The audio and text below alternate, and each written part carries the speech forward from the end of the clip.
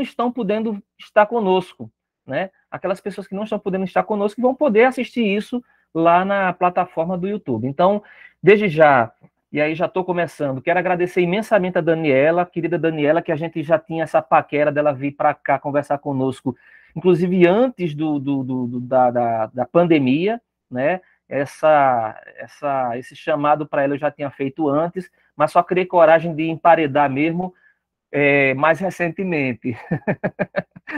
Então, disse, olha, vamos lá e tal, acho que ela vai contribuir bastante. A Daniela ela vai falar sobre isso, mas só para adiantar, né, a Daniela desenvolve um projeto em torno da literatura afro-brasileira, né, da lida com essa literatura nos ambientes educativos.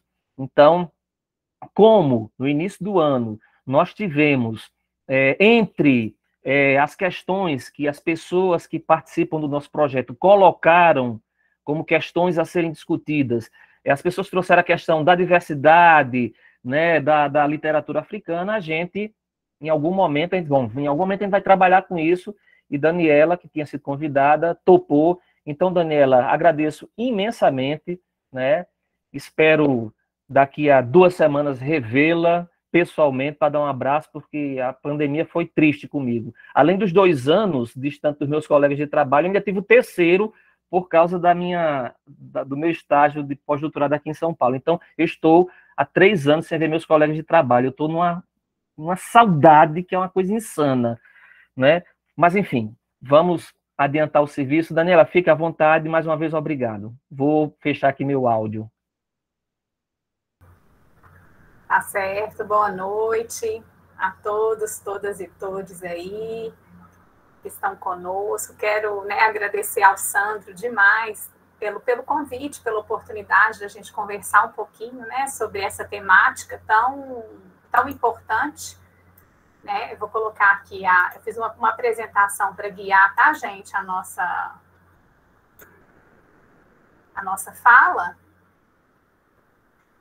Deixa eu ver aqui. Isso. Eu fiz uma apresentação aqui só para a gente guiar algumas coisas, né? E o Sandro me pediu para poder falar aqui, né? Para a gente poder conversar um pouquinho sobre, né? Ele sugeriu o título, né? O que a África nos fala, abordando a literatura afro-brasileira na EJA. Então a gente vai discutir um pouquinho sobre, né? Sobre a Lei 10.639, que fala da obrigatoriedade do ensino da cultura africana e afro-brasileira, né? Em toda a educação. E pensar um pouquinho qual que é o papel da literatura nesse contexto. O Sandro já disse que, né, eu faço parte de um grupo de pesquisa, né, da UFRN, pesquisa e leitura da UFRN, e de educação e leitura da UFRN, e a gente está até com um evento agora que vai acontecer em novembro, que é o CEL, que é o seminário, né, de leitura. Depois eu pego o nome direitinho, vou colocar o link aqui mais tarde também para quem quiser se inscrever. E o projeto que a gente está abordando este ano no seminário é justamente, né, a literatura africana e afro-brasileira nas escolas. Então a gente fez um projeto, a gente fez uma pesquisa, né, do CNPq, uma série de professores, e a gente vem pensando um pouco sobre como trabalhar, né, a cultura africana, afro-brasileira nas escolas, e como que a literatura pode nos auxiliar nesse contexto. No projeto em questão, a gente está vendo que a gente vê mais a questão da literatura no ensino fundamental, né, a literatura infantil. Então, a gente vai falar um pouquinho também, né,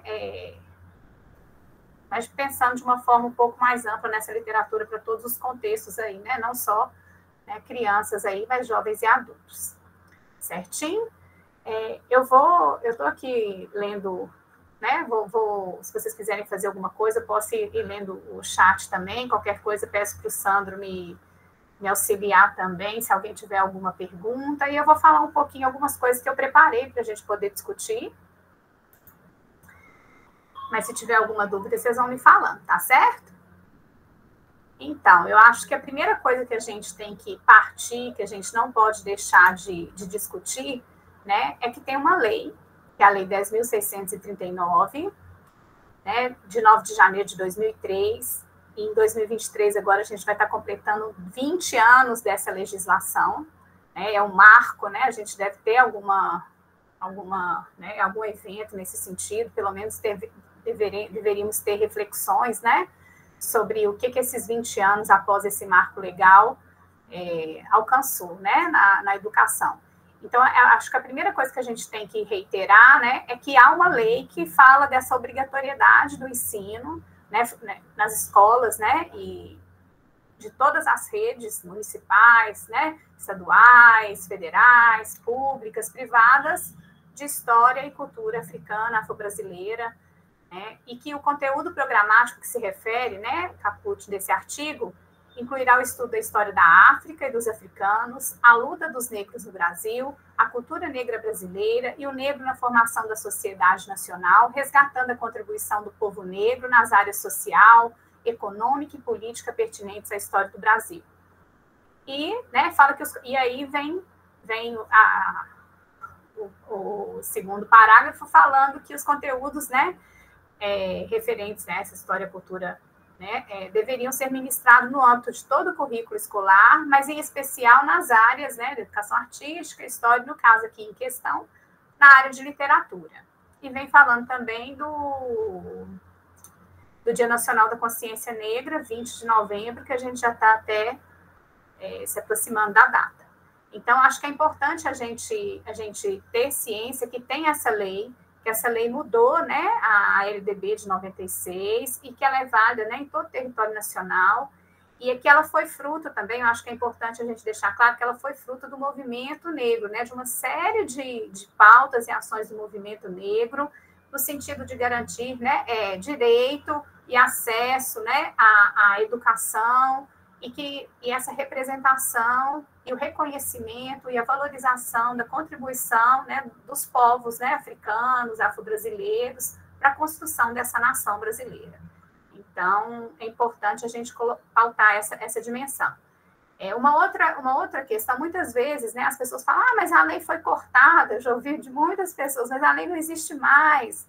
É porque, né, em 2008, a primeira LDB de 96 foi modificada, depois pela 10.639, e em 2008, a 10.639 foi substituída pela Lei 11.645, que acrescenta, né, além dos povos africanos, afro-brasileiros, os povos indígenas também, tá? Para a gente garantir, né, o estudo das histórias e das culturas dos povos indígenas.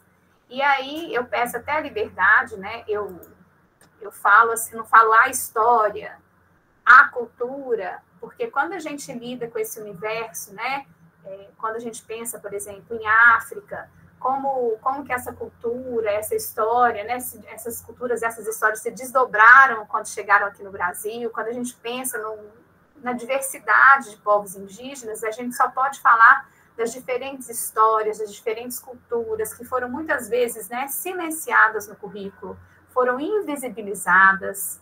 Quantos de nós, e aí, né, principalmente os mais velhos aí, quantos de nós não estudamos uma história brasileira em que a gente pelo viés do colonizador, né, pelo viés eurocêntrico, do europeu, que narra, por exemplo, o descobrimento do Brasil, né? E hoje a gente está, depois, inclusive, né, de uma longa luta aí do movimento negro, a gente já fala em invasão dos povos, né, dos portugueses. Então, a gente já começa a contar a história de outra forma, deixando que outras narrativas, por exemplo, as narrativas de resistência, né, de formação dos quilombos, né, que elas venham à tona e mostrem, né, mostrem outras representações e outras histórias, não só, né, o do português como dominador, o colonizador, né, mas os povos africanos, os povos, né, afro-brasileiros que fizeram resistência e que construíram esse país. Então, a gente tem que recontar essa história, né, esse é um direito da gente se ver nessa história representada de formas diferentes, e a lei vem assegurar um pouco essa dimensão. E a lei, né, a lei é aquele texto curto que eu li aqui para vocês, mas, né, ela tem mas existe uma série de pareceres, de resoluções, né? Então, aqui eu trouxe, né, um dos pareceres, né, que institui as diretrizes curriculares nacionais para a educação das relações étnico-raciais e para o ensino da história e da cultura afro-brasileira e africana. Esse material, esses dois materiais, né, são super importantes. Esse é de 2004, as diretrizes, né, é um parecer feito, né, por vários, né, por pesquisadores, aprovado no Conselho Nacional de Educação, uma delas é Petronilha. Então, ele vem traçando um histórico, vem falando de alguns princípios que devem ser seguidos, vem dando orientações de como a gente deve implementar isso nas escolas.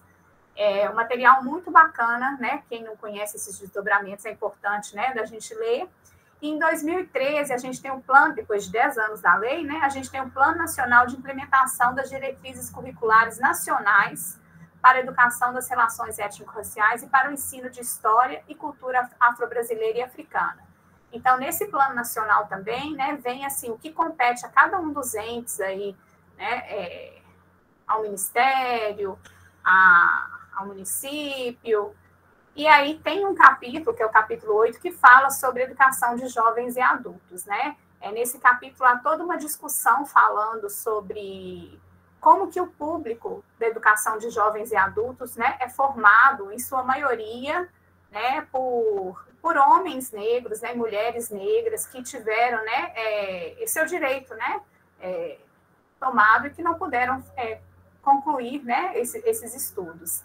Então, vem falando da importância de atrelar à educação uma discussão, né, que perpasse as relações étnico-raciais, porque a exclusão vivenciada na sociedade, ela também é atravessada, né, não só por classe, né? Sandro estava falando no início aí da importância da gente trabalhar a diversidade, mas as relações, elas são perpassadas por essa intersecção mesmo, né?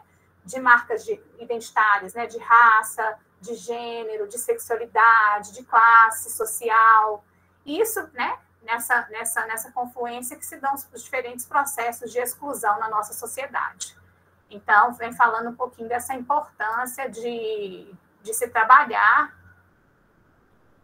Eu trouxe aqui alguns dados para a gente poder refletir juntos, né, e juntas aqui, sobre essas desigualdades educacionais e como elas se materializam na raça, né, quando a gente faz esse recorte de raça e etnia. É importante, eu não trouxe aqui, mas a gente tem dados, tem o último boletim sobre desigualdade na educação do IBGE, a gente está tendo, né, um censo agora o recenseamento sendo feito agora, novamente, mas a gente tem, né, alguns boletins que vem mostrando vários dados, a gente pode acionar, mas eu fiz um recorte de algumas informações, né? Então, uma delas, 70,8% das crianças e adolescentes de 4 a 17 anos fora da escola são pretas e pardas. Para a gente poder ver como que essas desigualdades educacionais, né, elas incidem diferentemente, né, de forma diferente sobre o corpo, né, negro. A população negra, né, e aí inclui pretos e pardos, é a que mais abandona a escola. Então, quando a gente for pensar, né, em taxa de evasão, que é um assunto que a gente tem discutido e debatido tanto. Eu ainda não pude me debruçar sobre os novos dados, né, do IDEB, mas eu vi, assim, que a taxa de evasão está altíssima, né, por algumas notícias, o tanto que nós retroagimos, né, e em todos os componentes, por conta da pandemia. Imagine, então, como que é esse desdobramento para a população ainda mais vulnerável, né? Então, a gente ainda tem que fazer esses recortes, essas leituras. Um outro dado, pessoas negras permanecem, em média, 8,6 anos na escola, enquanto brancas ficam 10,4 anos. Então, o tempo de escolarização é diferenciado, a taxa de sucesso, né, é diferenciada, as taxas de evasão. Jovens brancos e brancas, né, entre 18 e 24 anos, têm 2 vezes mais chances de frequentar ou já ter concluído o ensino superior do que jovens, né, negros e negras na mesma faixa etária. Então, são dados assim que nos levam a refletir sobre a importância da gente olhar para as relações que vivenciamos em sociedade, ver como que elas são perpassadas por essa categoria de raça, né? E aí raça não é esse construto biológico mesmo, não, né, gente, que foi usado, né, até no nazismo. raça, que a gente está entendendo como um construto cultural, né, que é construído aí por meio dos processos históricos e meio às relações, né, sociais, em que há uma hierarquização, né, dos povos por determinadas características, como cor de pele, traços físicos, então, e que isso incide, né, na vida da pessoa, né, em termos aí sociológicos, de ter mais ou menos acesso a determinados bens, a possibilidades de bens materiais, simbólicos na vida. Acho que isso é importante. Então, a gente não está vendo por esse viés, né, biológico.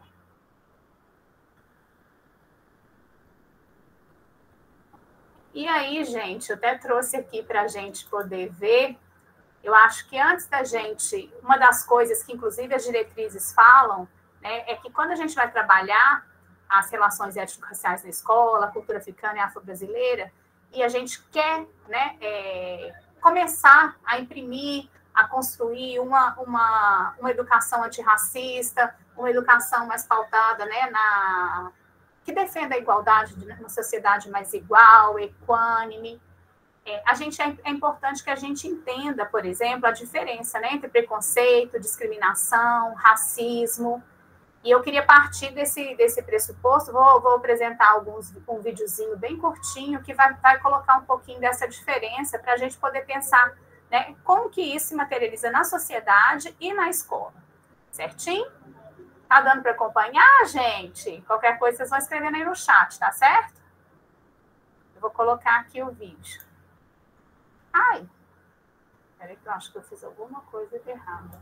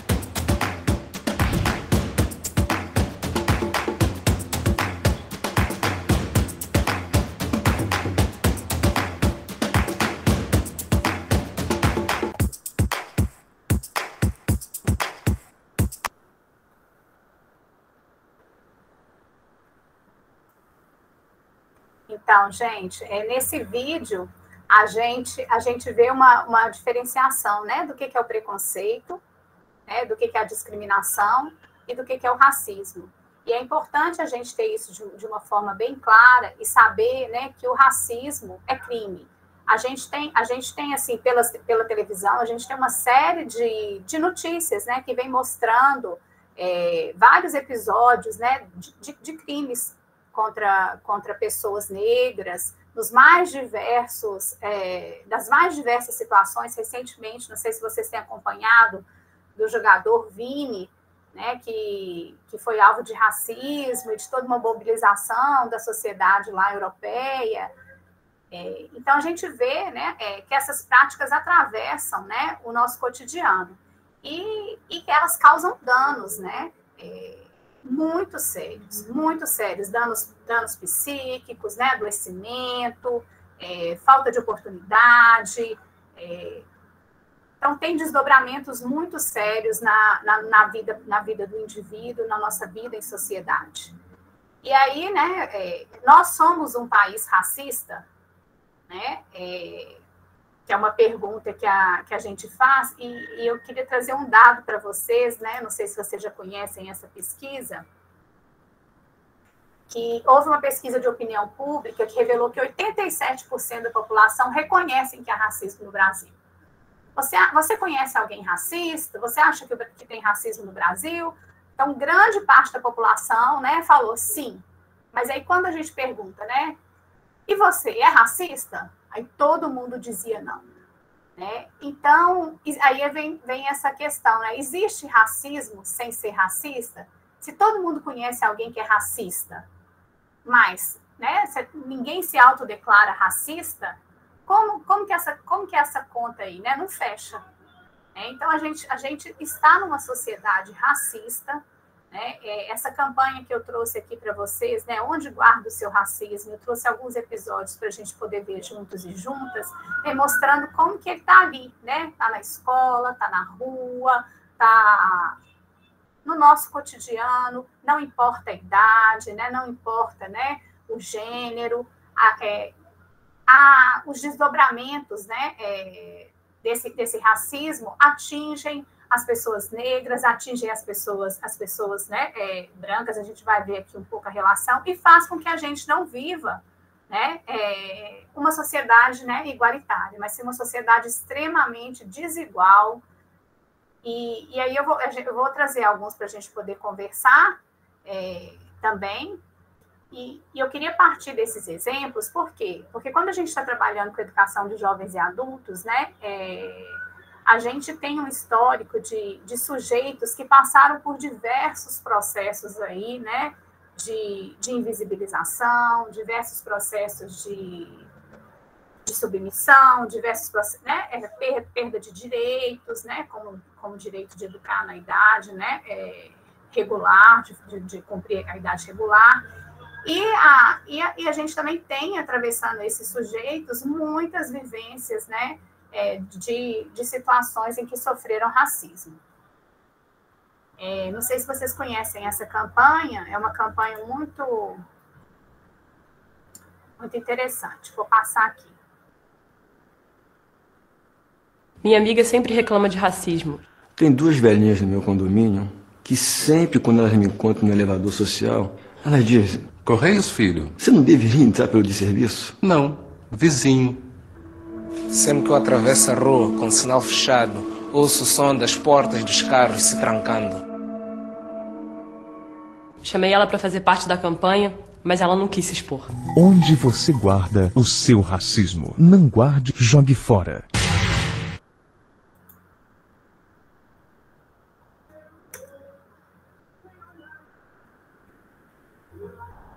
Minha amiga sempre reclama de racismo.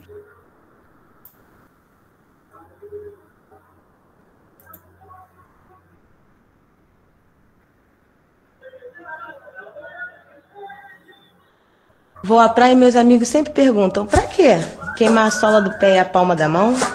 Desde lá as primeiras séries, muitos professores olham para os alunos negros e acham que não vale a pena investir neles. Entrei num táxi com um amigo também negro e de repente o motorista estava encerrando o dia. Minha mulher e eu saímos de férias. Chegamos no hotel e eles falaram: não pode entrar aqui. Aqui é hotel de família. Onde você guarda o seu racismo? Não guarde, jogue fora.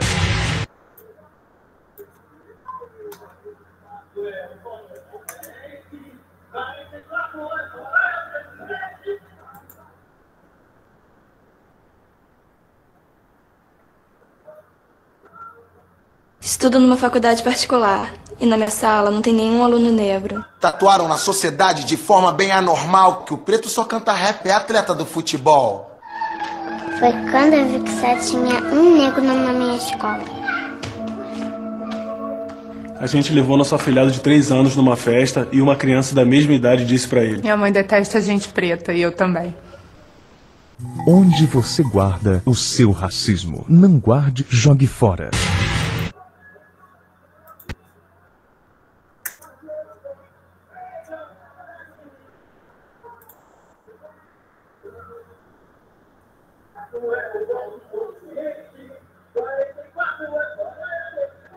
A senhora me viu. Eu sou negro. Atravessou a rua. Você é bandido.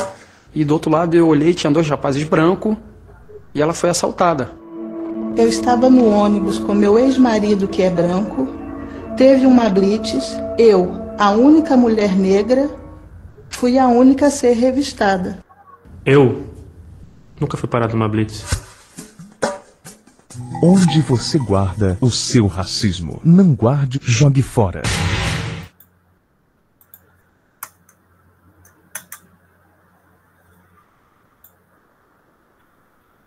Esse é o último vídeo, gente, dessa campanha, para a gente poder ver.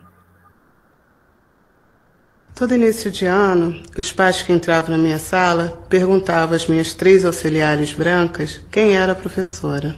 Eu evito ir para um shopping de terno preto porque logo posso ser confundido como segurança. Dei o cheque para ela olhou para mim e disse: não posso aceitar. Eu sou maître, mas um dos meus garçons disse que não aceita a ordem de crioulo. Onde você guarda o seu racismo? Não guarde, jogue fora.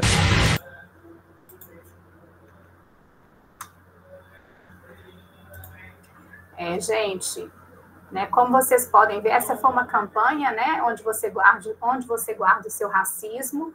E quando eu faço aquela pergunta, né, nós somos uma sociedade racista, né, a gente, de certa forma, a gente tem essa resposta. Olha o tanto que essas práticas racistas perpassam o nosso cotidiano, fazem parte da nossa vida, né? Aqui a gente tem depoimentos de diversas pessoas negras contando, né, como que no dia a dia, né, elas vivenciam essas experiências de racismo. E aí é importante a gente ter de forma bem clara que o racismo é crime, né? E nas diretrizes, né, educacionais, né, curriculares, para educação das relações étnico-raciais, vem pontuando justamente essa dimensão, né, que tem um artigo da lei, né, que o racismo é crime, e que em 2012, né, a gente tem penas mais severas de até 5 anos, né, ofensa coletiva, e não cabe fiança. Esse aqui foi um projeto, né, do Tribunal de Justiça do Distrito Federal, que vem explicando alguns termos jurídicos, né? Então, vem falando da injúria racial, que é quando a gente ofende alguém com base em sua raça, cor, etnia, religião, idade ou deficiência. Aqui, no caso, a gente está fazendo, né, esse recorte, né, esse recorte racial. Então, aqui a gente tem esse exemplo que é muito comum a gente ver, né, denunciado nos campos de futebol, de vários jogadores serem chamados, né, de macaco. E a gente tem, né, essa discriminação ou preconceito, né, de cor, raça, cor, etnia, religião, nacionalidade, que é crime, que a pena prevista pode chegar até 5 anos de reclusão. Então, é importante a gente né, ver que a gente tem uma série de instrumentos legais, né, seja a Lei 10.639, que fala da obrigatoriedade da gente trabalhar a cultura africana, afro-brasileira, né, as culturas africanas, afro-brasileiras na escola, né, de valorizar essas diferentes culturas, de reconhecer a contribuição. E a gente também tem, por outro lado, uma série uma legislação que vem o quê? Vem apontando o crime, né? Como o racismo é crime e que tem punição para isso. Então, a gente está numa sociedade, né, que é cercada aí por leis, mas a gente observa muitas vezes que, na prática, a gente não tem práticas na escola que trabalham a cultura africana e afro-brasileira. A gente ainda vê muitas ausências nessa direção e a gente vê também muitos crimes sem punição. Então, é importante a gente fazer essa reflexão de que não adianta haver uma legislação se os sujeitos não a cumprem, né? E qual que é o nosso papel como professor, como professora, para poder trazer, né, fazer cumprir essa legislação na educação e contribuir para uma mudança de mentalidade, uma mudança de raciocínio, uma mudança de lógica na nossa sociedade, que hierarquiza os corpos, né, de modo superior ou inferior pelo tom de pele, por traços, e que atribui determinadas características, né, tidas como positivas a uns, tidas como negativas a outro, características psicológicas, né, apenas pelo seu fenótipo. Então, é muito importante a gente provocar e promover essa reflexão com os nossos alunos e alunas aí na educação de jovens e adultos, né? A professora Nilma Lino Gomes, né, foi até secretária, né, da CECADI, ela fala que é no contexto da cultura que nós aprendemos a enxergar as raças. Isso significa que aprendemos a ver negros e brancos como diferentes na forma como somos educados e socializados, a ponto de essas ditas diferenças serem introjetadas em nossa forma de ser e ver o outro, na nossa subjetividade, nas relações sociais mais amplas, como a gente viu ali os diversos exemplos nesses vídeos. Aprendemos, né, na cultura e na sociedade, a perceber essas diferenças, a comparar, a classificar, a hierarquizar, ou seja, também vamos aprendendo a tratar as diferenças de forma desigual. Então, a Nilma traz esse apontamento, mostrando como essas relações se dão na cultura, e que a cultura, né, ela não é algo fechado, a cultura é um processo, e que nós estamos produzindo cultura o tempo inteiro, que nós somos sujeitos que, né, todos nós estamos disputando os significados, o significado do que é ser negro, do que é ser negra, do que é ser branco, branca na nossa sociedade, e a gente tem que lutar, né, que em meio a essa disputa, a gente crie, né, condições mais iguais de vivermos, mais dignas, mais respeitosas. Certinho? Tá dando para acompanhar, gente? Aí, qualquer coisa, vocês me falam aí no chat, tá certo? Fica aqui sem ter essa interlocução, que é uma das coisas do remoto, né? E como a gente tem esse racismo na sociedade, a gente também tem o racismo na escola. E não tem como a gente negar. Apesar de vários professores, né, em muitas entrevistas que a gente já fez, nessas pesquisas, né, falar, não, na minha escola não tem racismo, todo mundo se respeita, que a gente considera que todo mundo aqui é ser humano, a gente não vê isso, trata todo mundo igual, mas ela está presente. E é um racismo velado. E é esse racismo que eu conheço pessoa que fala, né, eu conheço pessoa racista, mas eu não sou racista. Então, essa conta não fecha. Então, a escola também, né, tem racismo. E aí, né, tem essa citação que eu trouxe para a gente poder conversar um pouquinho, né, que a resistência em ver situações preconceituosas e discriminatórias quase que faz parte, né, do ethos do professor brasileiro, assim como da percepção da maioria da nossa população. O racismo, que produz as desigualdades em todas as situações de vida, nutre-se do silêncio e da acomodação. Recuperar a contribuição histórica da população negra para a construção da sociedade brasileira, discutir nossa herança africana, não só contribuirão para reforçar a autoestima e a identidade de nossos alunos, como irá prepará-los para enfrentar as inevitáveis dificuldades no mercado de trabalho e na vida. Então, muitas vezes a gente vê essas situações, mas a gente não quer ver, né? Por isso a gente fala dessa resistência. E aí, às vezes, a gente fica em silêncio, fica, né, não se posiciona, só observa, né? Muitos professores, né, nos relatam, e eu acho importante a gente ter essa discussão aqui, e é um fato, né? Eu já fiz até uma pesquisa, assim, em alguns currículos dos cursos de formação, a gente não tem, né, essa discussão como um componente obrigatório no nosso currículo. Então, alguns passam pelos cursos, né? Por exemplo, no curso de pedagogia, né, a história africana e afro-brasileira da Faculdade de Educação, né, do Centro de Educação, é um componente optativo. Claro que nós, professores, né, a gente sempre, no decorrer das nossas disciplinas, a gente traz essas discussões, mas não é um componente obrigatório. Então, não está presente nesse currículo formal, né? E aí, né, e nas licenciaturas?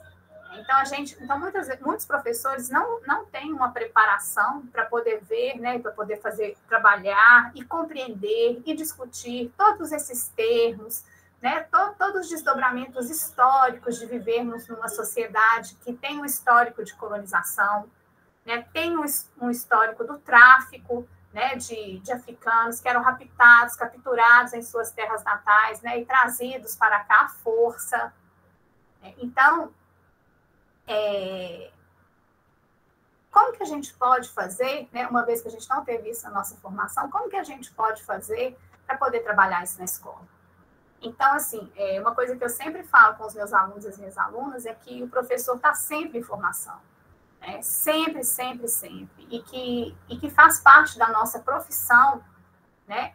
Sempre procurar nos informar, nos formar, né? Nessa formação continuada, que é esse momento que a gente está, como esse momento que a gente está tendo aqui hoje. Opa, cadê? E um dado assim, que também me chocou bastante, né? Por exemplo, eu trouxe esse recorte na educação de meninas negras em tempo de pandemia, o aprofundamento das desigualdades, né? O Centro Brasileiro de Análise e Planejamento, né, e a Rede de Pesquisa Solidária realizaram uma análise, né, do PNAD Covid-19, no qual aponta que 5,9 milhões de estudantes da rede pública ficaram sem acesso às atividades escolares durante a pandemia, dos quais 4,3 milhões, então dos 5,9 milhões, hein, gente? 4,3 milhões são negros e indígenas e 1,5 milhões brancos, o que significa que o direito universal à educação está sendo violado e que há 3 vezes mais não brancos sem acesso à educação em período de isolamento social. Então, até em momentos, né, como se a desigualdade a gente já tem dados, né, dessa desigualdade educacionais quando a gente faz um recorte de raça e etnia, né, na pandemia esse recorte mostrou uma situação ainda mais grave e que agora essa situação está de volta aí, né? A gente está vivendo um cenário em que a gente está tendo que avaliar, né, quem são esses alunos que estão conosco, porque muitos se evadiram. E qual que é essa nossa tarefa? O que vamos fazer, né, para minimizar essas desigualdades, né? Estamos em tempos de eleição, temos que pensar, inclusive, nesse voto, né? Quem tem um plano aí de educação bacana para o nosso país, né? Acho que a gente não pode deixar de mencionar isso. No planejamento, né, que é aquele documento que eu falei para vocês, que foi lançado em 2013, tem algumas ações para a EJA, que são apontadas para a EJA, especificamente para a educação de jovens e adultos. O que deveria ser feito para a gente assegurar um trabalho com as relações étnico-raciais? Né? Então, fala-se, né, eu selecionei alguns, fala-se em ampliar a cobertura, né, da EJA em todos os sistemas de ensino e modalidades, com o intento de expandir o acesso da população afrodescendente, que são os mais, né, apartados desse processo de educação, incluir na formação de educadores e educadoras, né, de EJA a temática da promoção da igualdade étnico-racial e o combate ao racismo, que é o que a gente está fazendo aqui hoje, né, com esse convite do Sandro, como que a gente vai discutir um pouco sobre isso. Outro, incluir o quesito cor-raça nos diagnósticos e programas de EJA. É quando a gente vai buscar dados na internet, né, de que forma que isso aparece, né, esse recorte na EJA, às vezes a gente tem dificuldade. Então, é muito importante a gente incluir isso, né, para a gente poder fazer esse levantamento de como que raça atravessa a educação de jovens e adultos. Implementar ações de pesquisa, desenvolvimento e aquisição de materiais didático-pedagógicos que respeitem, valorizem e promovam a diversidade, a fim de subsidiar práticas, né, pedagógicas adequadas à educação das relações étnico-raciais. Aqui eu acho que é importante a gente dizer que nesses 20 anos a gente tem um acervo muito bacana de material para a gente poder trabalhar na educação, né, em todas as modalidades, em todos os níveis. Eu vou trazer alguns para a gente poder, né, para apresentar para vocês um pouquinho isso. Um outro ponto é estimular as organizações parceiras formadoras de EJA para articulação com organizações do movimento negro local, com experiência na formação de professores. Então, tentar ver, né, esse movimento social, como que a gente pode pensar essa educação mais formal com o movimento social. É uma outra proposta. É importante, por exemplo, quando a gente vai pensar em literatura, a gente tinha, né, tem a Eliane Debus, tem vários textos em que ela mostra que a gente tinha uma ausência de personagens, né, negros e negras como protagonistas na literatura. Quando eles apareciam, né, sempre em posições, né, subalternas. Então, a gente ter materiais, né, a literatura, então, houve um boom, né, de produções em que há outras representações, né, de corpos negros e negras na literatura. Então, isso é importante para a gente poder ter material para trabalhar em sala de aula. E aí a gente fica pensando, né, o que a gente espera, né, dos docentes e das docentes da EJA, né? É uma qualificação e uma sensibilidade para direcionar positivamente as relações entre pessoas de diferentes pertencimentos étnico-raciais. No sentido de, né, garantir esse respeito, no sentido de orientar, né, posturas, atitudes, palavras preconceituosas. A gente tem um movimento, né, do racismo linguístico, do uso de vários termos, né, pejorativos, como denegrir, inveja branca, né? A gente tem uma série de palavras que a gente usa no cotidiano e que tem uma origem no racismo. Então, que a gente deve pensar atitudes, posturas, né? Por exemplo, a gente estava falando aí, muitos educadores e educadoras fazem vista grossa, veem uma situação de racismo, ficam assim, mas não se posicionam. Como que a gente deve, né, se posicionar? Então, para a gente poder refletir. Outra coisa, formação, que é o que a gente está tentando, né, conversar agora um pouquinho, que os capacite não só a compreender a importância das questões relacionadas à diversidade étnico-racial, porque elas atravessam a nossa vida, estão presentes, interferem, né, na forma como eu me conduzo na vida, a forma como eu me porto, né, no mundo, na sociedade, mas também a lidar positivamente com essa diversidade. Né? E, sobretudo, criar estratégias pedagógicas que possam nos auxiliar a gente a promover essa reeducação das relações étnico-raciais nesse Brasil, né? Tão grande, tão desigual, em que não haja essa hierarquização por cor de pele, em que a gente viva relações em que a gente se reconheça, né? Para além, né, dessas características. Então, é isso que a gente espera nessas mediações que a gente vai desenvolver na educação de jovens e adultos, certinho? E trouxe essa tirinha do Armandinho, né? Porque é isso, né? Muitas pessoas são portadoras e nem sabem. E todos sofremos com isso. Pode ser transmitido pelos pais, amigos da escola e até pela TV. E tem cura? Tem. Preconceito se trata com educação. Então, é esse o nosso papel, né?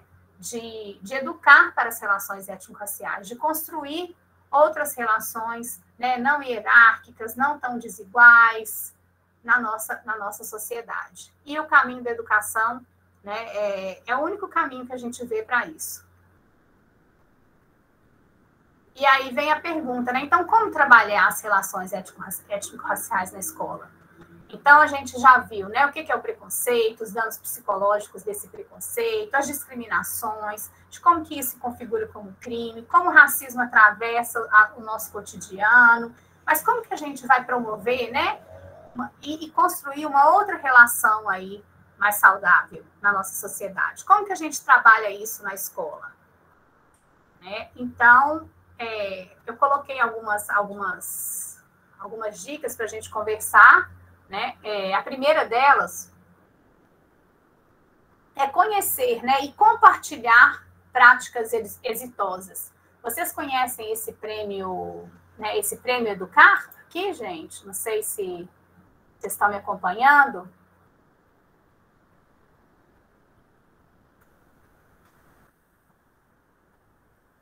Conhecem, gente? Aí, pode escrever no chat. Queria dialogar com vocês. Esse prêmio, né, ele está o CERT, né, eu acho que é muito importante a gente apresentar, né, eu estou colocando aqui, vou colocar no site, vou compartilhar a guia aqui deixa eu ver se está compartilhado, né? Do CERT aqui. Ele tem uma série de, ele tem um prêmio, né? Quando a gente entra aqui, né? Eu vou ver com vocês, na área de educação. Né? Ele tem várias áreas, uma das áreas é educação, tem educação antirracista, mas aqui a gente tem o prêmio Educar. O prêmio Educar já está no seu oitavo edição, né? Ele foi criado em 2002, aqui tá, tem como objetivo identificar, difundir e reconhecer práticas, conhecer e apoiar práticas pedagógicas e de gestão escolar vinculadas à temática étnico-racial na perspectiva da garantia de uma educação de qualidade para todas e todos. E mais especificamente de combate ao racismo e de valorização da diversidade étnico-racial. É um prêmio que tem, assim, abrangência nacional, tá, gente? Aqui a gente vê que foram mais de 3.000 práticas pedagógicas, né, catalogadas. Aí tem uma série de diretores envolvidos, 200 experiências escolares premiadas, são realizados, né, seminários, né, atingiram muitos educadores. A gente vê a história do prêmio aqui, né, a gente está com o prêmio, está inclusive com o edital do prêmio agora de 2022 aberto. E a gente tem vários vídeos. Aqui é a 8ª edição do Prêmio Educar, e a gente tem vários vídeos. A gente consegue também ver, né, vários vídeos. Eu tinha até selecionado alguns, mas eu falei assim, não, deixa eu diminuir aqui, porque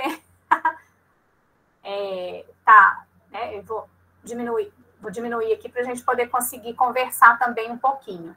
Mas tem vários vídeos de várias práticas, né? Eu tinha selecionado uma com a educação de jovens e adultos, com etnomatemática. Esse prêmio agora está com a categoria jovens e adultos, educação de jovens e adultos. Então, assim, nós conhecermos, né, o que é feito por outros colegas que já vivenciaram situações parecidas é muito importante. Então, quando a gente fala, né, de conhecer práticas exitosas, né, é conhecer o que os nossos colegas têm feito, né, nossos colegas com diferentes experiências têm realizado, têm feito para promover, né, uma educação antirracista. Então, aqui vocês têm em várias escolas, vários segmentos que vocês podem colocar. Então, esse é um dos exemplos que eu trouxe. Uma outra coisa que eu já tinha mencionado é a necessidade de formação continuada. Nós nunca finalizamos o nosso processo formativo, nunca. E a formação continuada é, assim, imprescindível. A gente tem, não sei se vocês conhecem também, o site agora está fora do ar, que é a Cor da Cultura, que foi um projeto feito em vários, nacional, um projeto feito nacional em vários lugares do Brasil, e a gente ficou agora, né, a gente não conseguiu localizar o site, mas a gente tem no YouTube as playlists. Então, por exemplo, esse programa, o programa Nota 10, é um programa que discute várias temáticas, como vocês podem ver aqui, ó, África no currículo escolar, material didático, igualdade no tratamento de oportunidades, corpo, religiosidade e cultura. Então, é importante que trabalhe também vários valores, né, afrocivilizatórios. Aí tem educação infantil, educação quilombola, identidade, aí vem. Aí vocês têm, então, tem vários programas, né, aqui a gente tem experiências que a gente pode assistir no sentido de o quê? De nos fortalecer, de estudarmos para ver as possibilidades do nosso trabalho. O Sandro colocou aqui uma literatura para proposta metodológica na vivência na EJA. Ótimo aqui, Sandro. Então, a gente tem vários materiais que a gente pode traçar esse caminho.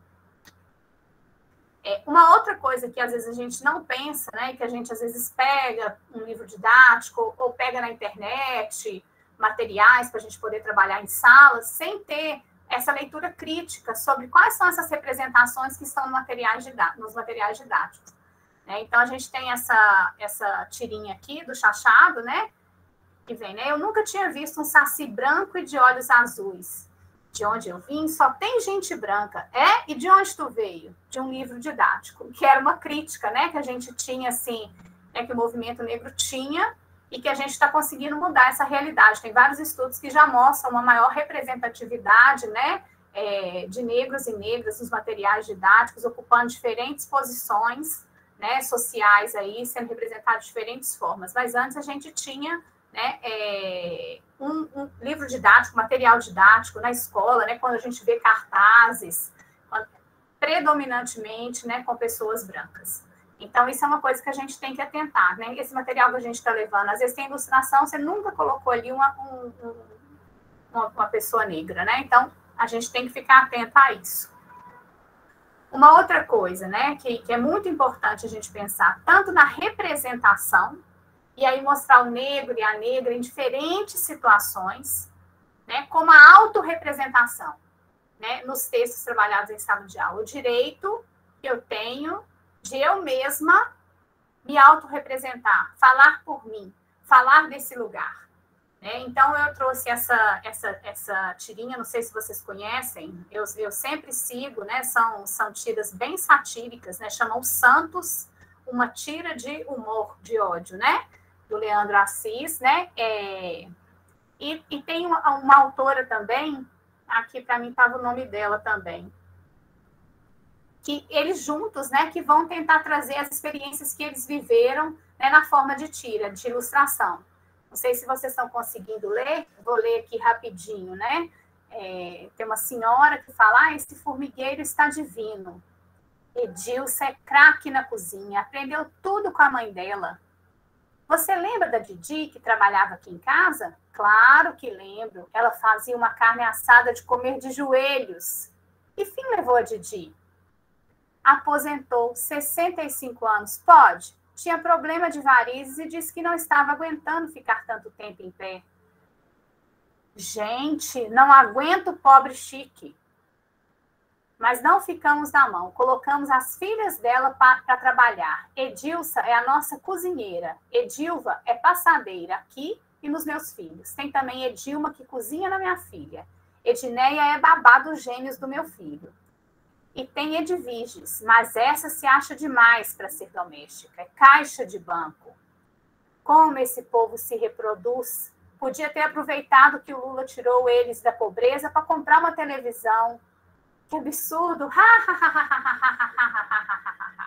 Então, a gente tem, né, essa tirinha, ela traz várias né, traz essa classe média burguesa nessa relação, né, com a empregada doméstica, trazendo de uma forma bem satírica, bem irônica, fazendo uma crítica com essas relações mesmo, né, escancarando isso que a gente observa e que está presente no nosso cotidiano. E aí, né, então, por exemplo, a tirinha também, né, esse gênero textual, as histórias em quadrinhos também, elas nos auxiliam muito também a poder trabalhar, a dar visibilidade a temáticas que precisam ser discutidas na sala de aula. E, no caso aqui, a autora, né, ela era empregada doméstica e ela fala desse lugar de várias experiências que ela viveu, né, junto com o Leandro, que é o ilustrador. Então, essa é uma outra coisa, a gente garantir que nos materiais, né, a gente tenha representação dos personagens, né, de corpos negros dos mais diferentes materiais, e também a autorrepresentação, que é o direito de falar por mim mesma, de mostrar como eu quero ser representada. Uma outra coisa que a gente pode também trabalhar na educação de jovens e adultos, né, e aí se a gente for pensar na questão da literatura, é a gente trabalhar com a pluralidade de autores e autoras, né, negros e negras, e de gêneros textuais literários. Então, às vezes, a gente tem que trabalhar, vamos trabalhar Cruz e Souza, a gente vai trabalhar só Machado de Assis. Então, a gente, às vezes, trabalha os mesmos clássicos e tem uma infinidade de autores e autoras negros, negras, né? Não só, né, brasileiros, a gente tem vários, inclusive, né, que moram em vários países, né, falantes de língua portuguesa, da África, como Moçambique, né, Angola, Cabo Verde. Então, a gente tem, né, diferentes visões de mundo, dessas relações, como elas acontecem em outros países. Então, é muito importante a gente trazer essa diversidade e também desses gêneros textuais, igual a gente mostrou o quadrinho, a gente tem cordel, tem a Jarry de Arraes, né, que ela fez 15 cordéis de heroínas negras em 15 cordéis. Né? Então, a gente tem uma infinidade de materiais. Esse em específico, o Literafro, eu acho que é um site muito bacana, né? É um site, né, o portal da literatura afro-brasileira, que você vem, né, tem autoras aqui, tem todas as autoras, aí você vai né? Colocando, eu tinha selecionado aqui a Conceição Evaristo, para mostrar para vocês como que são essas páginas, são construídas, né? Então, aqui a gente tem um pouquinho dos dados biográficos da autora, aqui a gente tem, né, uma autobiografia, um texto, né, autobiográfico dela, as publicações, as traduções, né, antologias nas quais ela faz parte, obras de não ficção, tem textos dela, né, a gente vai até ouvir tem a crítica que fala sobre ela, fontes de consulta. Então, às vezes, a gente quer, por exemplo, trabalhar literatura e não sabe, mas que autor que eu trabalho, que autora. Então, aqui tem um catálogo enorme para a gente poder, né, se debruçar, estudar, ler, né, de uma literatura, assim, de primeiríssima, assim, de primeira qualidade. Então, fiquem todos aí convidados. Então, eu queria trazer esse portal. Então, tem, né, autoras, autores, tem vários artigos, tem resenhas, aí vocês naveguem, né? É um portal muito bacana quando a gente quer trabalhar a literatura afro-brasileira nas escolas. Então, não podia deixar de trazer para vocês, para a gente poder pensar um pouquinho sobre essa diversidade, né, que tem. Uma outra coisa, né, que inclusive está em todos os documentos, é que a gente tem uma invisibilidade de personalidades negras que foram destaque em várias áreas do conhecimento. Né? Na música, na literatura, né? E nas artes. E aí, o que aconteceu? Né? A gente tem também, produzido pela Cor da Cultura, esse material, não sei se vocês conhecem também, chama Heróis de Todo Mundo, a Cor da Cultura. Então, aqui eu fiz um print da playlist. Deixa eu colocar aqui, ó. Mas a gente visualiza assim, sabe? No YouTube. Então, aqui a gente tem, né? Uma série, né? Aleijadinho, uma série de autores e autoras que a gente de personalidades negras, não só autores e autoras, eu selecionei aqui no caso para a gente ver uma autora, para a gente ver um vídeo. São vídeos curtos, como vocês podem ver, de 2 minutinhos. Eles sempre são, né? Trazem um pouco da vida dessa personalidade negra, por uma personalidade negra atual, que grava, né, que protagoniza. E aqui vou trazer um vídeo para a gente ver, que é daqui do Rio Grande do Norte, Alta de Souza.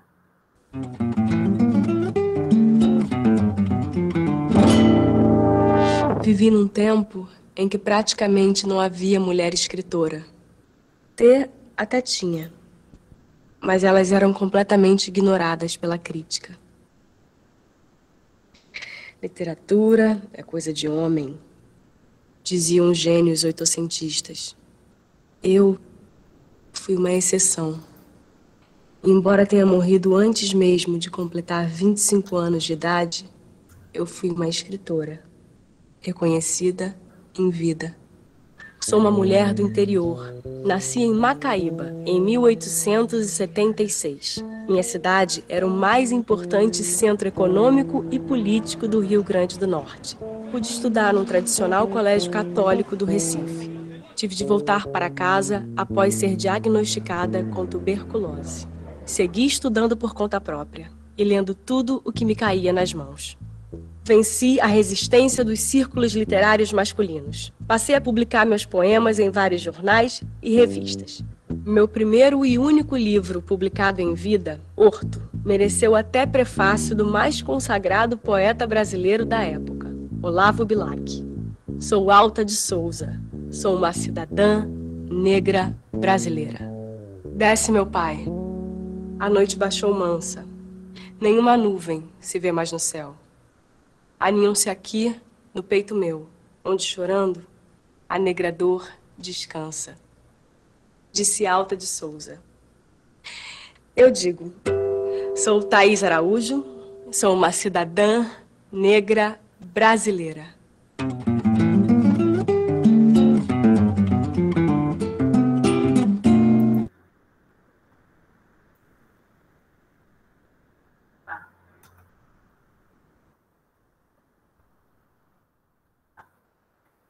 Então, gente, né, esse é um exemplo que a gente tem, né, de um material super bacana, com várias personalidades negras, né, e dá para a gente fazer uma discussão né, muito importante. Se a gente fosse perguntar aqui quantos desses nomes, né, vocês conhecem de personalidades negras e em que elas foram, né, conhecidas, né, a gente muitas vezes não saberia, né? Então, assim, esse material, né, eu já tive alunas que fizeram, inclusive, jogo da memória, sabe? Que colocaram a foto. Jogo da memória, não. Sabe aquele jogo de perfil que você vai fazendo as perguntas e depois vai identificando as personalidades e a gente conversava? Então, de resgatar, né, a contribuição, né, de personalidades negras para todas as áreas, né, da formação do nosso país, para a área cultural, econômica, política. Então, aqui a gente tem um material muito, muito bacana. Né? Vocês podem depois dar uma olhadinha. Naquele material que a gente viu, né, o Santos, a gente, não sei se vocês perceberam que ali, de certa forma, está uma crítica, né, a esse racismo e a essa continuidade dessa mentalidade, dessa ideologia que vai perpassando de geração em geração. E que se a gente não romper, né, a gente tem, né, igual a mãe, que, né, provavelmente a avó era escrava, a mãe empregada doméstica, as filhas também no serviço doméstico, sem ver outras possibilidades, né, de escolha, né? Então, o que eu quero ser? O que eu quero fazer? Qual que é o meu desejo? Se vê ali como um destino, né? Repetir o destino da mãe. Conceição Evaristo, né, tem um poema, que é uma outra pessoa que eu trouxe para a gente poder trabalhar, que foi até quem eu apresentei aqui, que é uma escritora fenomenal. Ela foi até indicada para a Academia Brasileira de Letras, mas não levou a cadeira. Há controvérsias sobre esse merecimento, porque todos nós acreditamos que sim, né? Mas ela tem um poema assim maravilhoso que vem falando um pouquinho sobre esse ciclo, né, de reprodução e que nos ajuda, que é uma outra linguagem abordando essa mesma temática. E a literatura tem um pouco dessa característica, né? Ela toca de uma forma tão diferente que faz com que a gente se sensibilize e pense nessa relação e pense nisso que nos atravessa e que nos constitui de uma outra forma. Esse poema dela é maravilhoso. A voz de minha bisavó ecoou criança nos porões do navio. Ecoou lamentos de uma infância perdida. A voz de minha avó ecoou obediência aos brancos donos de tudo. A voz de minha mãe ecoou baixinho revolta no fundo das cozinhas alheias, debaixo das trouxas, roupagem suja dos brancos, pelo caminho empoeirado rumo à favela. A minha voz ainda ecoa versos perplexos com rimas de sangue e fome. A voz de minha filha recolhe todas as nossas vozes, recolhe em si as vozes mudas caladas, engasgadas nas gargantas. A voz de minha filha recolhe em si a fala e o ato, o ontem, o hoje, o agora. Na voz de minha filha se fará ouvir a ressonância, o eco da vida, liberdade.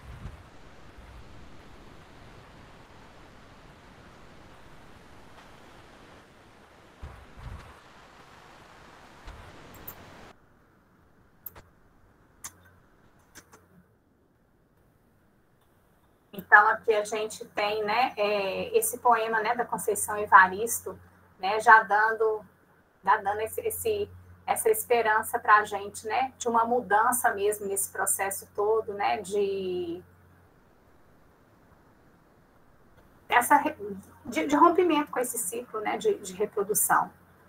Quem sabe, né, a gente, né, depois, né, da gente trabalhando tanto, né, promovendo uma educação antirracista, a gente não consiga ter práticas como essa aqui, né, da Kyu-san, né, que é uma outra autora também, e que trabalha mais com a literatura infantil.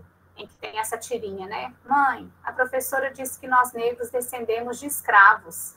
Tá aí, ó, olhe bem para as fotos e me diga quem você vê. Zacimba Gaba, a Cotirene, Dandara, Anastácia e Luísa Marim. Rainhas, eu só vejo rainhas. Ah, já entendi. A professora se enganou, né, mãe?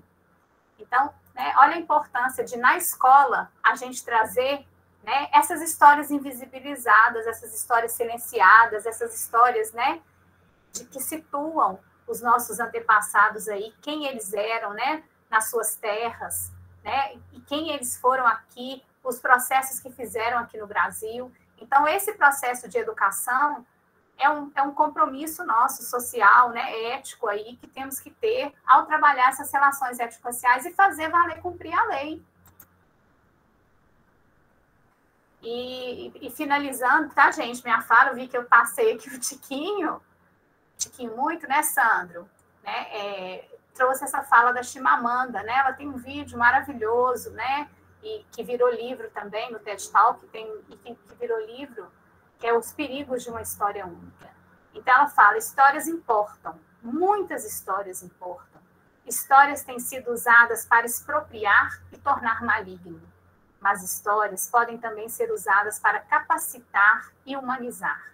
Histórias podem destruir a dignidade de um povo, mas histórias também podem reparar essa dignidade perdida.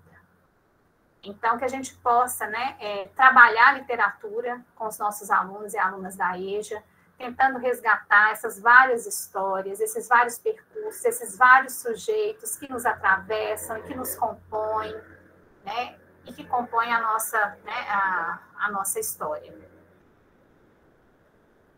Né, terminando com aquela frase, né, gente, que a gente não pode deixar de citar, né, do Nelson Mandela, que ninguém nasce odiando uma pessoa por sua cor, de pele ou religião. Pessoas são ensinadas a odiar. E se elas aprendem a odiar, elas podem ser ensinadas a amar. E esse processo, né, de aprendizagem, né, se dá na cultura, né, por meio da educação, e que possamos, todos nós aqui, né, entrar nesse... Né, assumir, vestir essa camisa para a gente construir uma sociedade mais justa, mais igualitária, antirracista. Carinanga aí para vocês. Caringanã. É isso.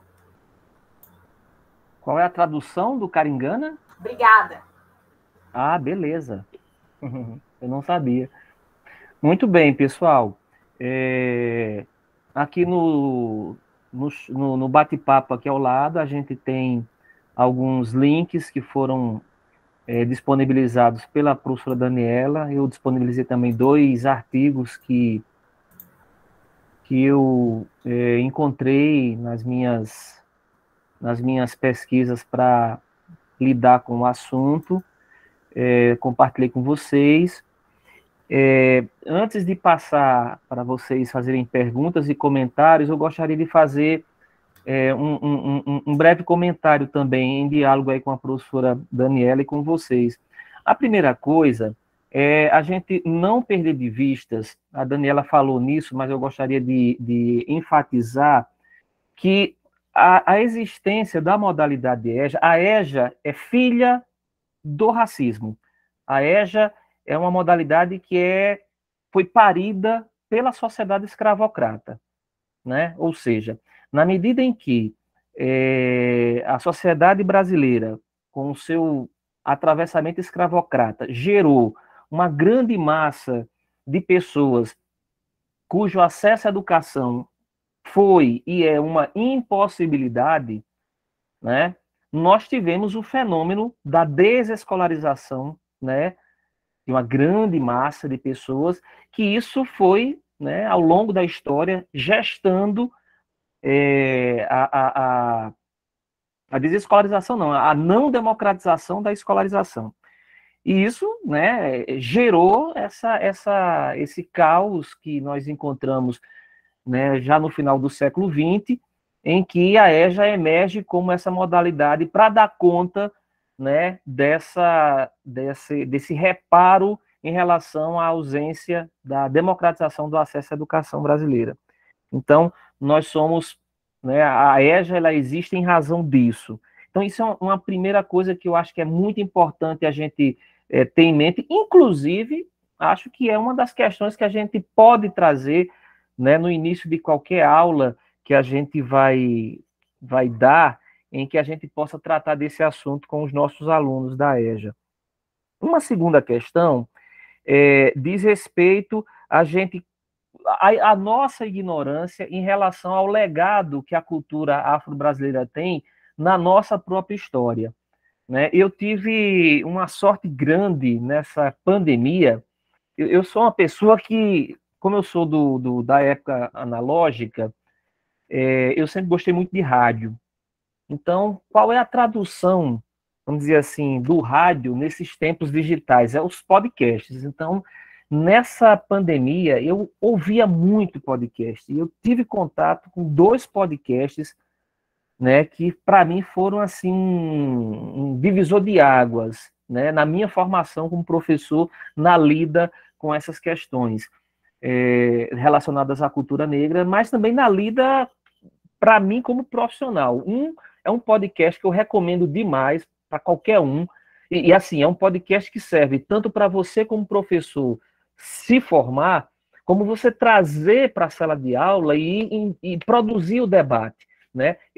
Um podcast chama-se História Preta, é de um rapaz lá do Rio chamado Tiago, que é uma história muito interessante também, porque ele começou o podcast, como ele não conseguia terminar o curso dele de História por ele ser da Marinha, ele começou o podcast meio que de forma clandestina. Ele não podia dizer que ele era ele, porque senão ele tinha medo de ser expulso da Marinha, porque, inevitavelmente, ao produzir um conteúdo onde ele trazia um posicionamento político sobre a questão do racismo, ele tinha medo de que fosse botado para fora da Marinha. Bom, mas é um detalhe. O fato é que esse podcast, ele é sensacional, recomendo muito. Eu até já cantei o cara para ele trabalhar conosco, vim uma vez aqui, mas nunca deu certo.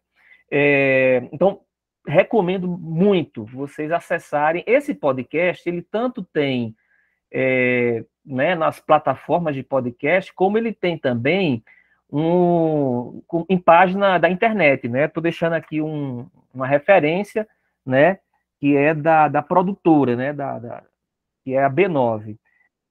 Isso, Daniela, também tem no Spotify, exato. E um outro podcast que eu recomendo muito, é relativamente recente ele, que é o Projeto Quirino, que é da revista Piauí. A revista Piauí lançou recentemente, né? Eu digo recentemente, mas assim, eu desconfio que já tem bem um ano, tá? Quando eu digo recentemente, é porque minha noção de história também é assim. Então, o Projeto Quirino, ele também traz muita coisa interessante, e, como eu digo, é um tipo de material que, para quem tem uma grande ignorância a respeito da cultura negra, você adquire elementos, inclusive no caso do História Preta, ele possibilita, ele faz indicações de referências enquanto está conduzindo o próprio podcast. Então, recomendo bastante. É uma maneira da gente superar a nossa própria ignorância. E o terceiro elemento que eu queria trazer para a gente, aí não é mais uma sugestão, mas eu acho que é algo que a gente precisa realmente mastigar muito, que é o seguinte, há uma produção no âmbito da literatura afro-brasileira tratada nos processos educativos que dizem respeito àquela produção como a produção da Carolina, a produção, enfim, dos autores, né, negros, mas eu acho que é um elemento muito importante a gente recuperar a própria produção dos nossos alunos. Então, os nossos alunos da EJA, eles têm, né, eles trazem consigo, exatamente por essa trajetória de negação do acesso à educação nas suas costas, né, eles trazem elementos que podem dar um bom caldo em termos de produção literária quando você tematiza a questão do racismo, né? Então, creio que é muito importante também isso. E aí as formas, os formatos são os mais diferentes. Tanto você pode trabalhar essa questão a partir da prosa, como você pode trabalhar a partir da poesia, da música, da paródia, né? Enfim, a partir das referências que eles mesmos têm, né? Então, você tem, né, vários alunos que a imersão deles em outros espaços, para além da escola, traz as referências, a escola de samba, o grupo de capoeira, a roda a mesa de bar, o pagode lá do bairro, da casa, enfim, é um conjunto de elementos que, sem falar, obviamente, na própria trajetória pessoal, que traz vários elementos que podem ser potencializados na produção literária própria. Ótimo, esse site também é maravilhoso, que a Daniela está colocando aí, o GL10, né? É um site, assim, é uma referência, toda semana você encontra alguma coisa ali que pode, de fato, colaborar conosco no processo do trabalho. Mas é isso aí, queria abrir para que vocês pudessem se colocar, fiquem à vontade. Daniela também levantou a mão. Vou fechar meu áudio aqui para vocês ficarem à vontade para se colocar. Eu vou agora só mediar mesmo. Ô, Sandro, antes de abrir, eu queria só fazer um comentário, né? A Conceição Evaristo, inclusive, trabalha com essa concepção de escrevivências, né? De escrever as suas próprias vivências e de que como isso, né, é transformador e tudo. Então, quando você traz essa proposta, né, de trazer, né, essa escrita também. Então, a literatura, quando a gente trabalha com textos que inclusive, tem esse tom tão autobiográfico, né? E aqui eu coloquei até um outro site também, da Geni Guimarães, ela tem o livro A Cor da Ternura, em que é um livro, assim, é um livro autobiográfico, em que ela conta várias passagens da vida dela, né? Com as quais, assim, a gente pode se identificar em muitos momentos, né?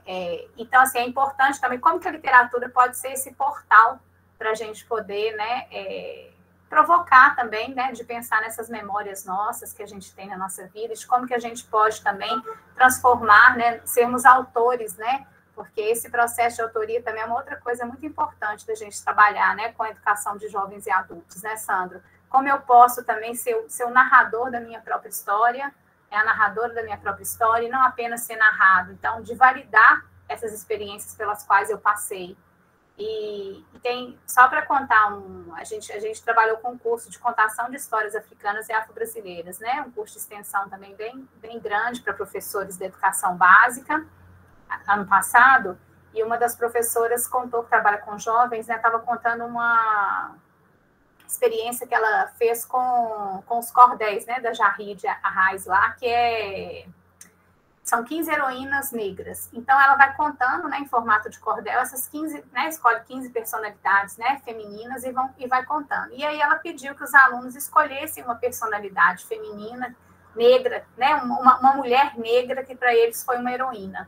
E aí ela conta dessas cartas, né, que eles escrevem aí, colocando a mãe, né, e aí, assim, são histórias maravilhosas. Então, a gente tem trabalhos fantásticos que podem ser desenvolvidos, né, nessas práticas que eu coloquei. Vocês vão ver, assim, uma infinidade de possibilidades, e que a gente tem que sentir também, né, como que o nosso grupo de alunos e alunas ali, né, vão acalentando, vão aceitando, vão devolvendo aí cada proposta nossa para a gente ir, né, traçando esse caminho aí, coletivo.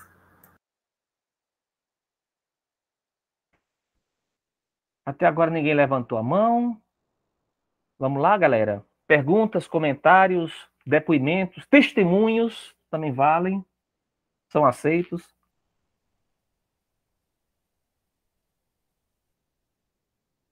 Nós temos professoras aqui que estão desenvolvendo trabalhos. Bianca, Daisy, eu sei porque uma porque disse, a outra porque eu já sabia. Como é que essas questões atravessam o trabalho de vocês? Vamos lá, Bianca. Professor, estou quase entrando em sala, não tem nem como. Ai, meu Deus do céu. Dialogar. Eu devia ter chamado você antes. Quase entrando em sala. Queria fazer 7 horas. Mas tem muita coisa para falar sobre isso. Né? Todo bimestre eu trago essa questão da formação do povo brasileiro, né? A questão da música, da cultura e, consequentemente, a religião entra nesse tudo, né? Que somos nós, que é o povo brasileiro. E é muito complicado quando se vem, principalmente aqui em Parnamirim, que eu digo que é um lugar bem, são evangélicos muito xiitas, né? Bem complicado. E assim, aí eu sempre trago um representante de uma tradição afro-brasileira também, religiosa, para dialogar e depois contextualizar tudo. E tem mães, tem pais que vêm dizer que o filho não vai assistir essa aula, que ele não vai fazer a bonequinha Abayomi, que representa a cultura afro-brasileira, que ele não vai fazer. Aí o meu que eu dou uma aula na hora que o pai vem sobre essa formação do povo brasileiro, que nós somos indígenas, né? Nós não somos só branquinhos do olho azul. Então, assim, eu sofri isso agora. Né? E faz pouco tempo, alguns dias atrás, eu sempre trago um representante, né, dessas tradições religiosas e a questão cultural também. E é muito complicado aqui em Parnamirim trabalhar essas questões, muito, extremamente. Mas eu sempre estou trazendo. Tem muitos depoimentos para dar, né? Eu me lembro de um momento que, uma reunião com a professora, já estava se aposentando, era na época de Lula ainda, né? Que ele estava na gestão, e a professora disse assim, mas agora eu não consigo ter uma empregada doméstica agora porque minha empregada, ela faz direito. Não acredita, mulher, o povo não quer trabalhar mais. E o filho dela está fazendo medicina. Tu acha uma coisa dessa? E aquilo me chocou tanto. Até hoje, aqui eu dou esse depoimento, eu fico assim, eu não estou acreditando no que eu estou ouvindo. É algo absurdo. Né? Você pobre tem que nascer pobre, não é pobre. E, né, é muito complicado. Assim.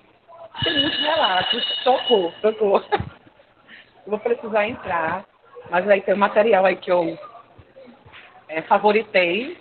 Vou tentar aproveitar aqui bastante. Agradeço demais a professora Daniela e todos vocês. Beijo. Tá bom, Bianca. Eu esqueci de dizer, mas o nosso projeto, nós temos um blog em que a gente publica no blog eventuais textos dos colegas que queiram estar relatando suas experiências. Então, caso você queira pôr no papel suas experiências na sala de aula em EJA e quiser que a gente publique no blog, esteja convidada. Ninguém mais com a mão levantada? E aí?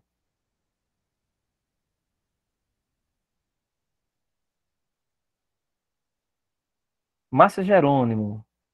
Fale sobre sua experiência, Márcia. Trabalhando com EJA, práticas corporais. Como é que entra o elemento da negritude nas suas práticas?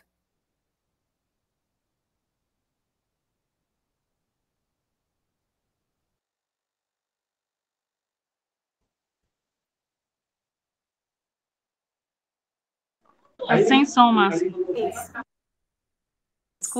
Desculpa aí, gente.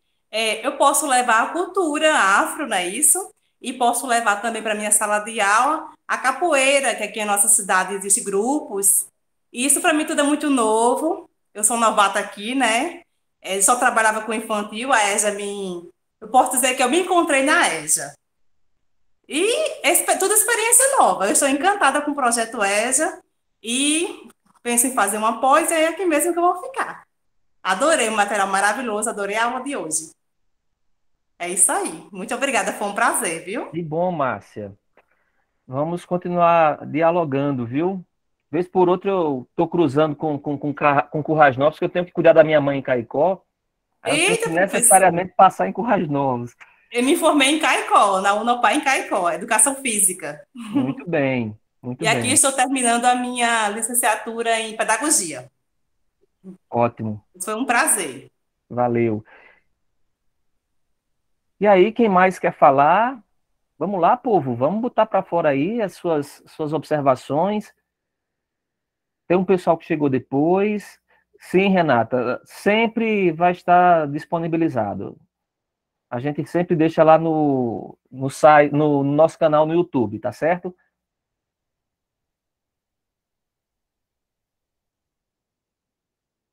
Tchau, Bianca, que está entrando na sala de aula. Deise, fala aí, Deise. Como é que você trabalha lá no coral a presença da cultura negra? Você que desenvolve um projeto lá com música, lá no Lia Campus.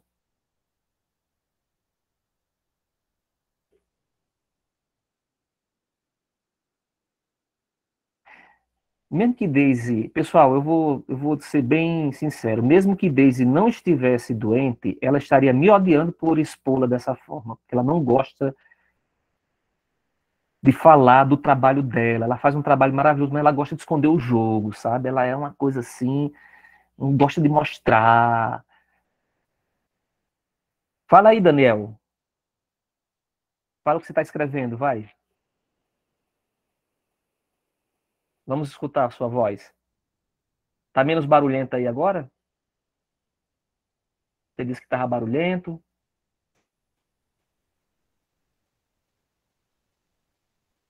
Que ideias apareceram na sua cabeça, Daniel? Já que você disse que vinha com a expectativa de pensar possibilidades. Que ideias que apareceram? Fala aí pra gente.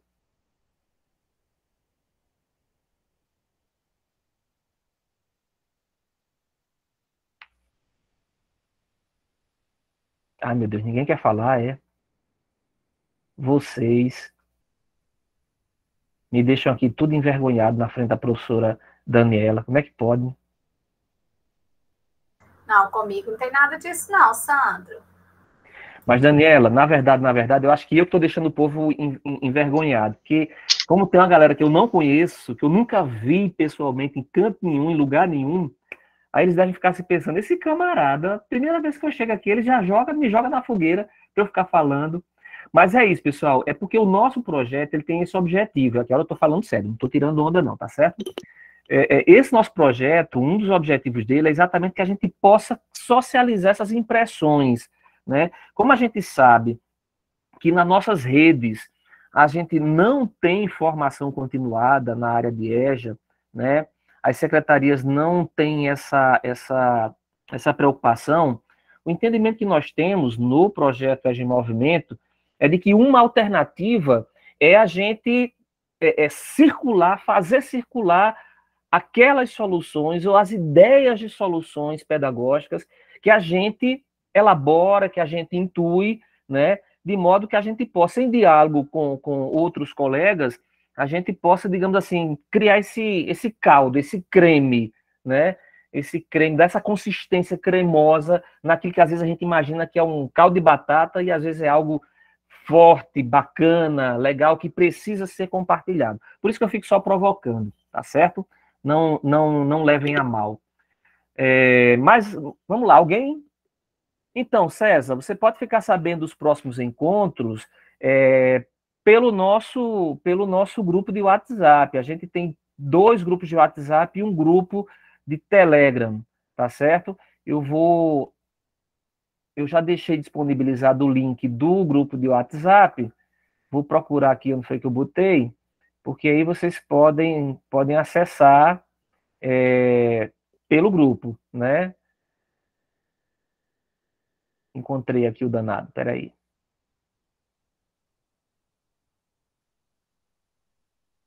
Vou colocar ele de novo aqui, né?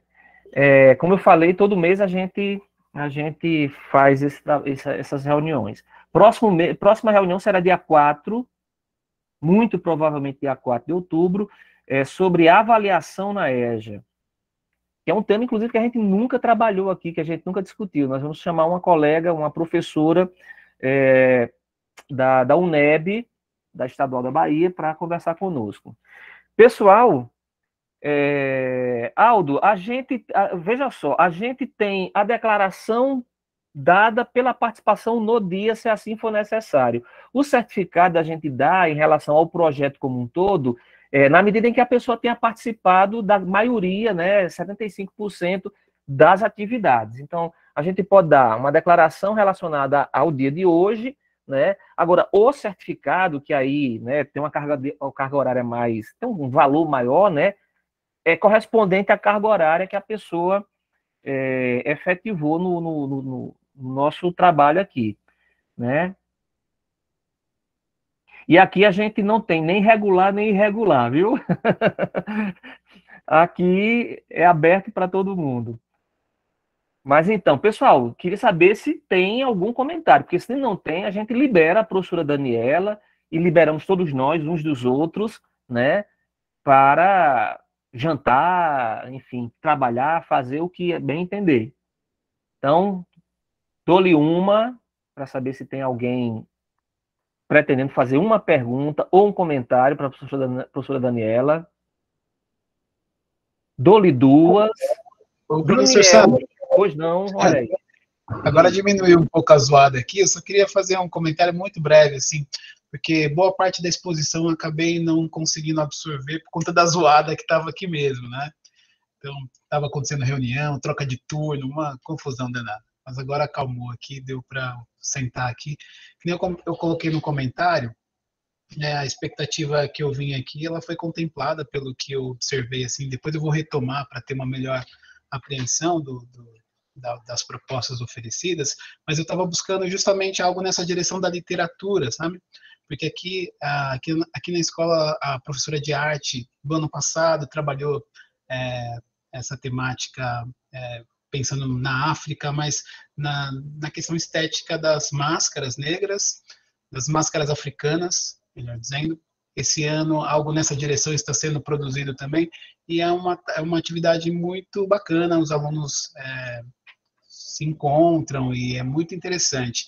E agora eu acho que a gente precisa avançar também nessa direção das literaturas. Então, eu estou explorando aqui a sala de leitura aqui da escola, observando os títulos que temos. Então, já vi que tem aqui Carolina Maria de Jesus, tem Djamila Ribeiro, enfim, vi a sua sugestão aqui da Escrevivências, lá da...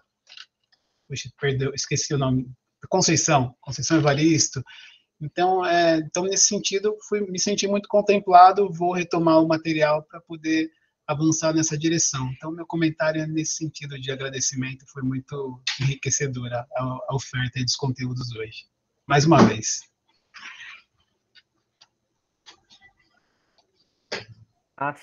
Massa, que legal, que bom. Ô, Daniel, só, Sandro, um comentário, né? Se a gente quer referências, esse material aqui, feito pelo Instituto Alana, é muito bacana. E no final dele tem, assim, um breve comentário de vários livros, assim, né? Chama Recriar a Escola sob a Perspectiva das Relações Étnico-Raciais. E o link dele aí é um material que vale a pena ser baixado. Ele tem várias indicações, assim, com pequenas sinopses, sabe? E comentários divididos, depois você dá uma olhadinha. É um material muito rico também, que a gente utiliza bastante.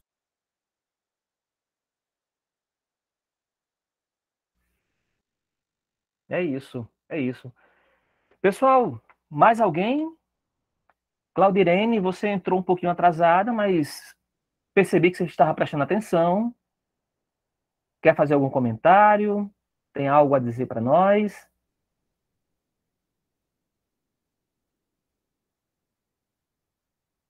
Bom, pelo visto não. Bom, então, pessoal, vou fechando, tá? Vou fechar por aqui. São 19h23. Então, Daniela, muitíssimo obrigado, né? Imenso prazer de ter você aqui conosco. Como você já ouviu aí da galera, uma atividade que valeu muito a pena para o pessoal aqui. Caso você queira falar mais alguma coisa, fique à vontade, suas despedidas. Então, logo você encerre, eu vou fechando aqui também a atividade. Então, um grande beijo para todo mundo, para vocês todas, e especialmente para você, Dani, por ter colaborado conosco. Obrigado, viu? Eu só quero agradecer mesmo a oportunidade. Quando a gente vai preparar uma fala, né, a gente vai revisitando uma série de referências, né, e pensando também na especificidade da EJA. Agradecer a oportunidade mesmo, né, de trocar essa experiência aqui com todo mundo. E estou aberta, né? Depois vocês podem pegar, né, meu contato com o Sandro, né, se alguém quiser escrever, a gente pode continuar essa conversa em outro momento, tá certo? Um abraço. Valeu, galera. Um grande abraço, um grande beijo para todos vocês. Tchau, tchau.